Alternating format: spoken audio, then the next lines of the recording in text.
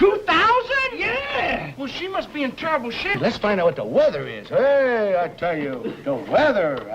In 1995, Soupy Sales fell down a flight of broken stairs at the Emmy Awards. The injury never healed, and the infections kept coming back until the day he died. But that fall wasn't the tragedy that destroyed his life. Years earlier, he worked 11 hours every single day until his wife left him after 29 years. His sons barely knew him. One nearly died from cocaine. The other became what he called a professional junkie. For decades, the man who made millions of kids laugh couldn't save his own family. And the truth is even worse than that. Milton Supman was born on January 8, 1926, in a small town called Franklinton, North Carolina. Back then, the town had only around 1,200 to 2,500 people. His parents, Irving and Sadie Supman, were Jewish immigrants. His father came from Hungary in 1894, and his mother was born in Baltimore in 1897 to Russian Jewish parents. They owned a small store called the Wonder Department Store, where they sold dry goods. Milton grew up as the only Jewish child in the whole town,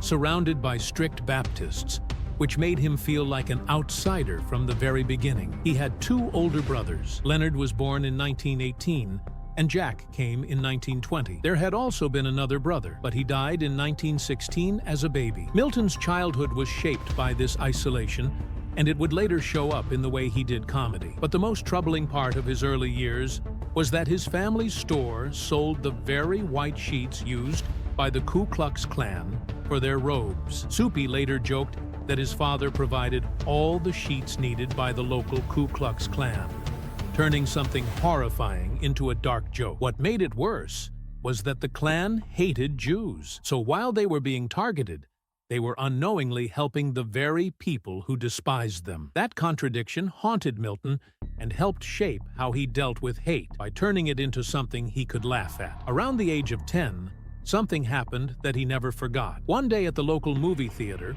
a black man in the segregated section was asked to leave because he was smoking. The manager, Mr. Brown, tried to remove him, but the man pushed him, and Brown fell and died. The man was arrested, but that same night, the Klan took him from jail and hung him from a telephone pole right in the middle of town. Milton saw it all. He said he could still picture the man's body, even the cigarette still hanging from his mouth. Later, some records said it might have actually happened back in 1919.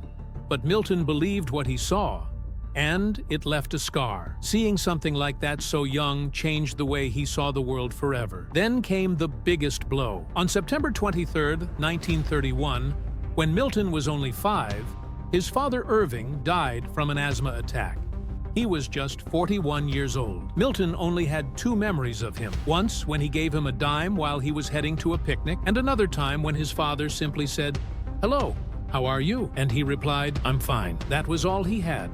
His father was buried in Baltimore. Losing his dad that young made Milton feel alone in a way most people can't understand, and it planted the early seeds of why he always needed to be loved, laughed at, or noticed. And this happened right during the Great Depression, when everything was already falling apart for families across America. In 1934, when Milton was 8, his mother married a new man named Felix Goldstein. He sold pants from town to town across West Virginia, Kentucky, and Ohio. They all moved to Huntington, West Virginia, which had about 75,000 people. Sadie reopened her store there, and something unexpected happened. Felix became very close to Milton. Leonard, the oldest brother, said that Felix and Soupy were like best friends. Felix used to say, "Tell me jokes, entertain me," and Milton did. It was the beginning of him performing not for a crowd, but for someone he loved. Felix pushed him to chase entertainment instead of a regular job like his older brothers. Milton graduated high school in Huntington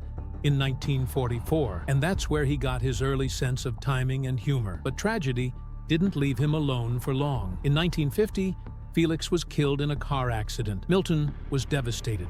He lost 12 pounds in just over a week. Losing 2 fathers like that, one as a child and one as a young man, left permanent cracks in his heart. Right after high school, he joined the Navy and served on the USS Randall. It was a huge transport ship used in the Pacific during World War II. On March 25, 1945, they reached Iwo Jima just days after the battle started. Soupy helped unload soldiers and take wounded ones to Guam, but while others were carrying stretchers, Soupy was also keeping the crew entertained. He used the ship's loudspeaker system to perform skits. That's when he invented his famous voice character, White Fang, using a scary dog sound from an old recording of The Hound of the Baskervilles. There were over 2,000 men on the ship, and he gave them something to laugh about while everything around them was deadly serious. That same ship was later used in atomic bomb tests at Bikini Atoll, making it one of the most unforgettable assignments in Navy history. After the war,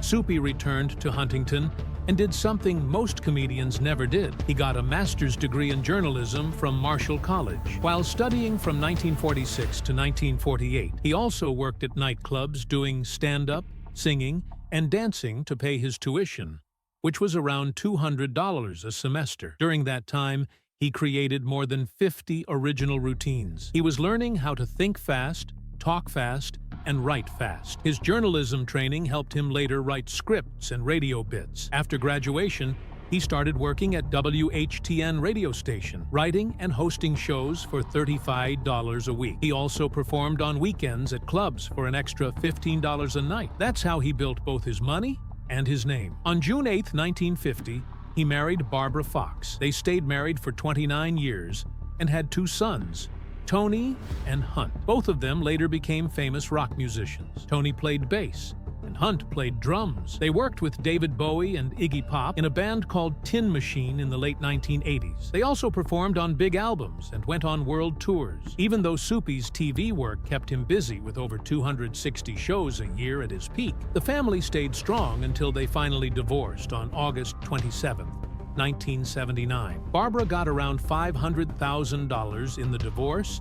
and some of the royalties from his TV work. Just months later, his son's success brought his name back into the spotlight again. Soupy's first big break in entertainment happened at WHTN Radio in 1950. He was spinning records during the day and cracking jokes at clubs at night. He called his radio show Soupy's Soda Shop, and it became such a hit that he was voted the most popular boy in high school, even though he had already graduated. His bits on the radio had music, comedy, and clever sketches. He was already building a style that later made him a TV legend. His wartime comedy shows on the Navy ship gave him the confidence to perform anywhere. Then in 1953, he moved to Detroit to work at WXYZ TV Channel 7. That move changed everything. He created a lunch hour show called 12 O'Clock Comics, later known as Lunch with Soupy Sales. It aired right when kids were home for lunch, and it was wild. He once even took the camera crew across the street to the library lawn to talk to random students, something nobody did back then. His show was all ad-libbed, no script. It had crazy energy. Frank Sinatra even asked to be hit with a pie on it. He made up characters like White Fang, the meanest dog, and Blacktooth, the sweetest, but you never saw their faces, just arms and paws from behind doors. It became the most loved show in Detroit. Just 2 months later, on November 10th, 1953, he started another show called Soupy's On. It aired late at night and focused on live jazz. Detroit had around 24 jazz clubs at the time, especially in Paradise Valley, before it was torn down in 1959. Soupy brought on legends like Miles Davis, Duke Ellington, Billie Holiday, Charlie Parker, and Louis Armstrong. Miles Davis appeared 6 times, often staying at the Bluebird Inn. Soupy thought his show kept jazz alive in the city. Artists even sold out clubs just by appearing on it. His band included Joe Messina and Jack Brokenshaw, who later became part of the Motown sound. One moment from Soupy's On became priceless. In 1955,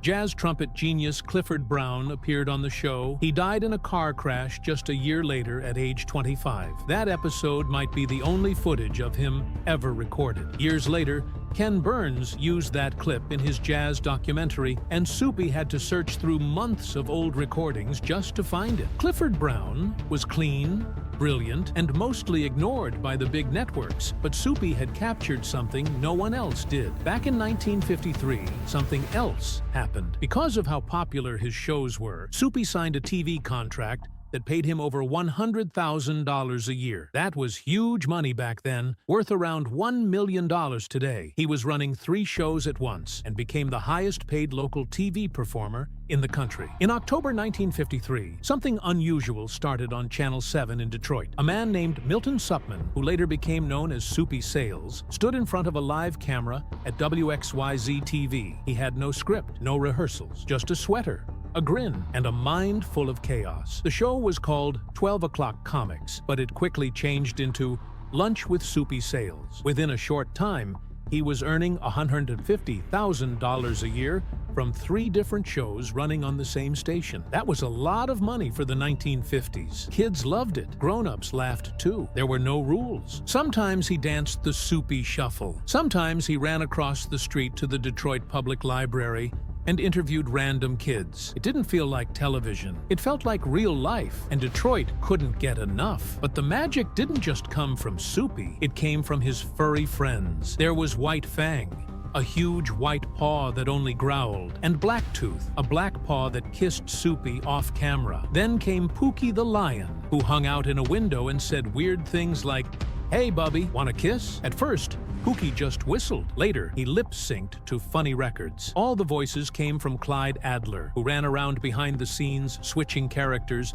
and never showed his face, only his forearms. By July 4th, 1955, the show went national. ABC turned it into a Saturday hit, and kids all over the country started watching. Big names like Frank Sinatra, Sammy Davis Jr., and Tony Curtis showed up and got pies to the face. Sinatra wasn't too cool for it. Sammy Davis Jr. wasn't either. In fact, he kept coming back. The pies weren't just gags anymore. They became something more. Symbols of fun in a world that was getting serious. By then, Soupy had thrown over 20,000 pies in his career. Some say it was even closer to 25,000. Each one had a method. Some were straight to the face. Some landed on the top of the head. Others hit from behind. Once, a frozen pie hit his neck during a live show and dropped him to the ground. From that moment, safety rules were added, but Soupy never stopped. In October 1959, ABC moved him to Los Angeles and kept the show at noon. Soupy added more music,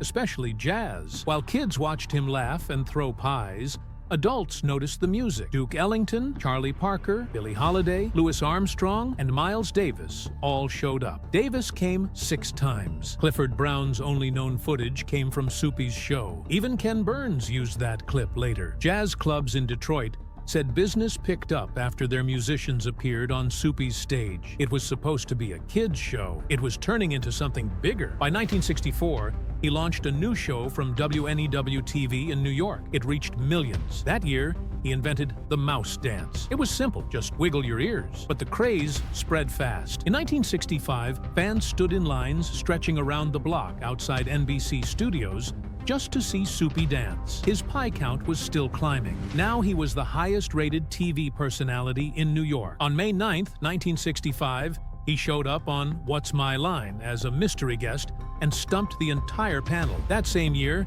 he became a regular panelist on the show, staying on for over 100 episodes between 1968 and 1975. Producers said Soupy knew everyone in show business, and his quick answers kept the show alive. It was a side of him many hadn't seen before. Clever, sharp, fast. That same year, in May 1965, Soupy's dance hit The Mouse reached number 76 on the Billboard Hot 100. The album sold 250,000 copies in New York alone before going nationwide. It hit number 66 on the Billboard 200 year-end chart. RCA signed him. Motown followed. In 1969, he released Muck Arty Park, a parody of MacArthur Park. All of it came from his live shows. Denny Randall had seen the energy and wrote the song just for him. Then came 1966. Sinatra visited the show, not alone, but with Sammy Davis Jr. and Trini Lopez. They did a bit called The Waiter. Frank Sinatra, the cool king of Vegas, begged to get pied. What happened next was unforgettable. The Rat Pack and Soupy got into a full-on pie fight. It felt like the Three Stooges had met the kings of cool. Sinatra laughed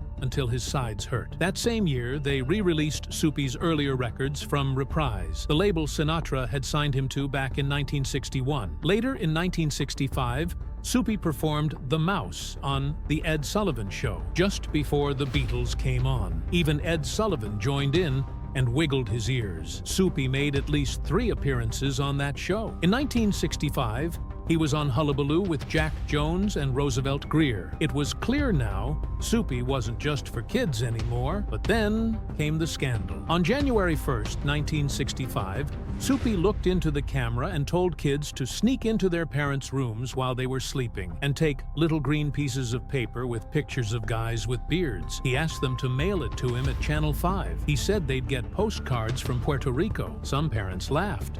Most didn't. ONEW got flooded with complaints. The FCC got involved. Congress started talking. Sales said he only got a few dollars and some monopoly money. Others said it was more like $80,000. He was suspended for 2 weeks. On January 18th, he returned, and the fans were louder than ever. That wasn't his only stunt. In one 1960s episode, the crew tricked him. At exactly 12:27 p.m., he opened a door expecting a prank. Instead, he saw a naked woman. He froze, but the camera had been switched to show only his shocked face. The prank worked. The audience never saw anything, but Soupy thought his career was over in that one frozen second. In another gag, White Fang misread the letter F as K during an alphabet game. Soupy yelled, "Every time I see F, you see K." The joke was for adults, not kids. Complaints followed, but it also became legendary. Parents caught on.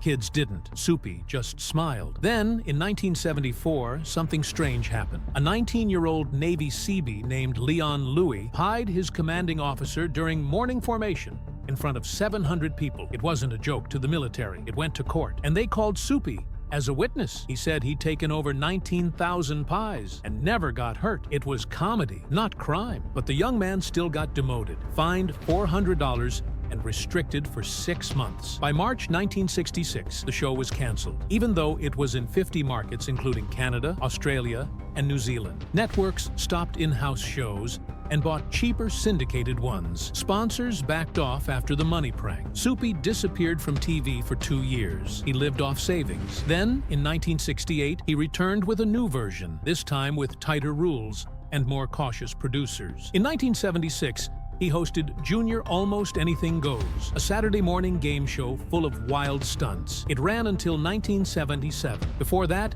he had tested another game show pilot called Way Out Games. Kids rolled in slime, ran obstacle courses, and laughed.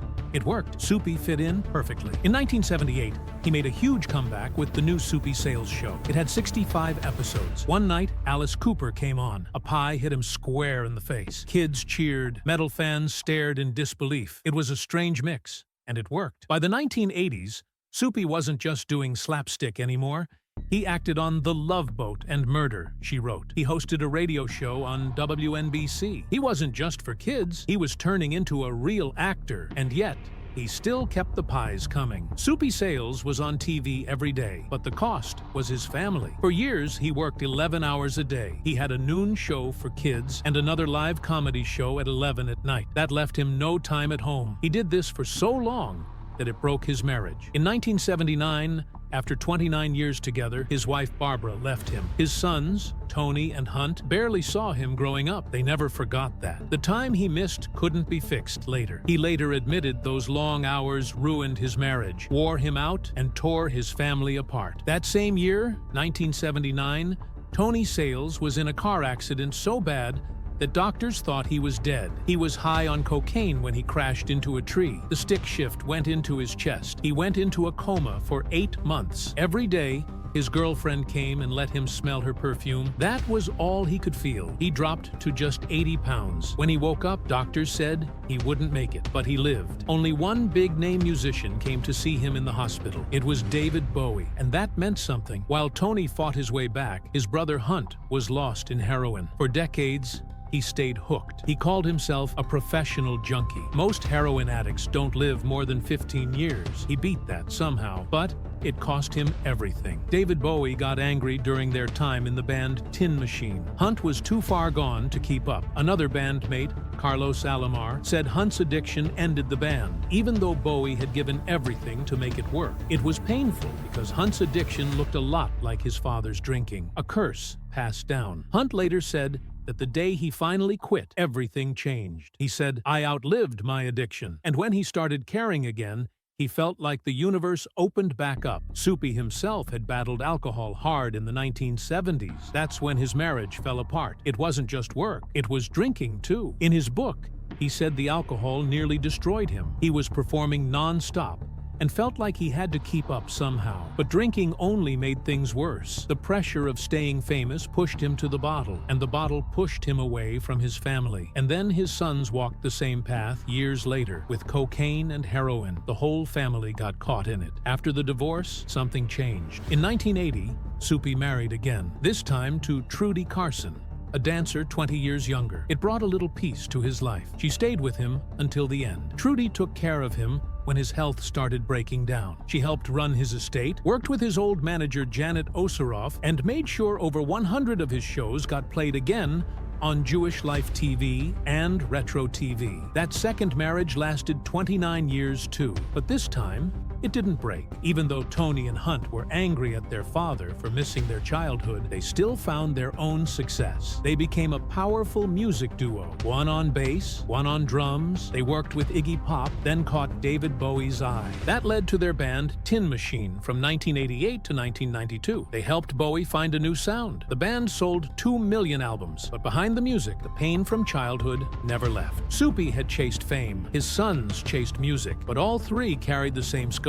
Then came 1995. Soupy was 69 years old and at the Emmy Awards in New York. As he walked off stage, he fell down some broken stairs at the Copacabana. His leg broke. His left quadriceps tore near the knee. He was in constant pain after that. He sued the Emmy organization and the club. After 3 years in court, he settled the case for $200,000 in 1998. But he wasn't happy. "I'm in terrible pain," he said, and it never got better. After that fall, his health just got worse. The leg never healed right. It got infected. Over and over, the infection spread. Doctors kept doing surgeries, but he was too weak. The pain never stopped. He had to use walking aids. The man who once danced and laughed on TV could barely move. The hospital bills piled up. He stopped performing. Each year, his body gave out a little more. Then came cancer. No one said what kind, but it came after years of other illnesses. In 2009, he entered hospice care in the Bronx. He was 83. He spent his last days at Calvary Hospice,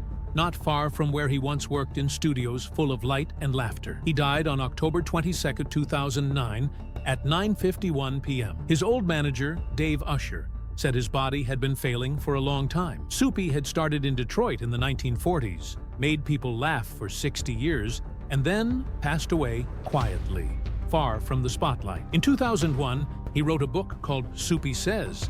It told stories most people didn't know. He was the only Jewish kid in Franklinton, North Carolina.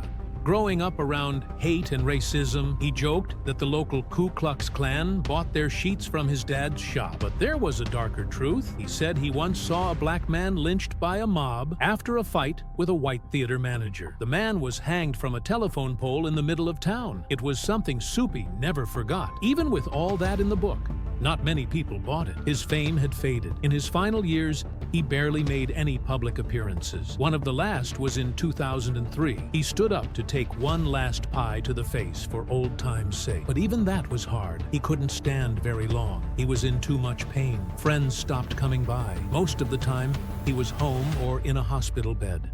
For someone who once brought so much joy, those final years were silent. He was buried in Kensico Cemetery in Valhalla, New York. His funeral brought together jazz musicians and old TV names. Because back in Detroit, from 1953 to the early 60s, Soupy had used his late-night show to spotlight jazz legends. Miles Davis played on his show 6 times. Duke Ellington, Billie Holiday, Ella Fitzgerald, Charlie Parker all came. Soupy even had the only known video of Clifford Brown playing in 1955. He was a comedian, But he preserved history without even trying. Dave Usher, who managed both Soupy and Jazz Records, said Soupy's role in jazz was never truly appreciated. His comedy legacy stayed strong. He took 20,000 pies to the face. He appeared on live TV more than 5,000 times. He inspired Pee Wee Herman and helped shape absurd comedy. One time, in 1965,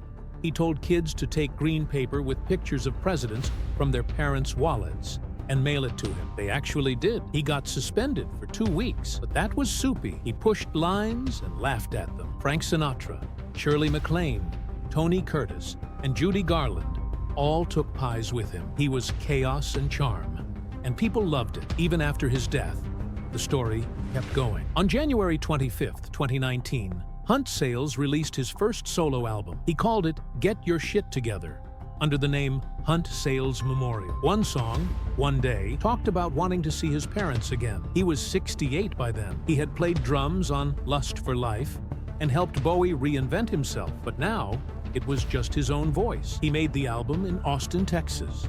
He said that town was kinder than the cutthroat world he grew up in. For him, the album was healing. For his father, it was a tribute.